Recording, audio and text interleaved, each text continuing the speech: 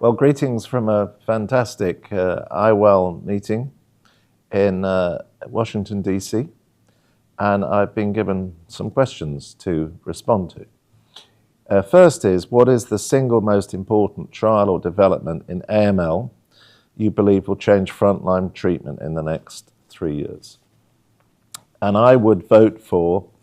the results of the recently closed randomized trial led by FRCPath, looking at allomandatory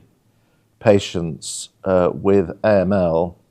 randomizing these patients to intensive chemotherapy or venetoclax and azacitidine. Now, we don't know the results of this trial, they're embargoed, but I believe that the increasing adoption of venetoclax-based regimens as the strategy for taking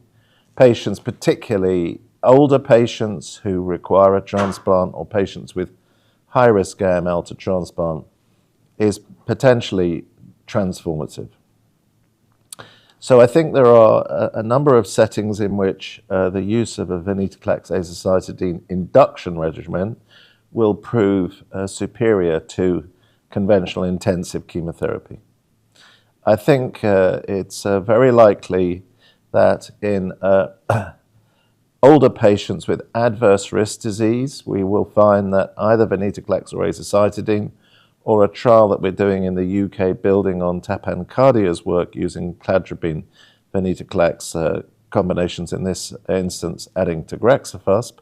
will give higher CR rates and be associated with less treatment toxicity. I think that'll improve transplant outcomes. There's a study that we're about to launch in collaboration with Naval Dava at the MD Anderson and US centers called Quizzical,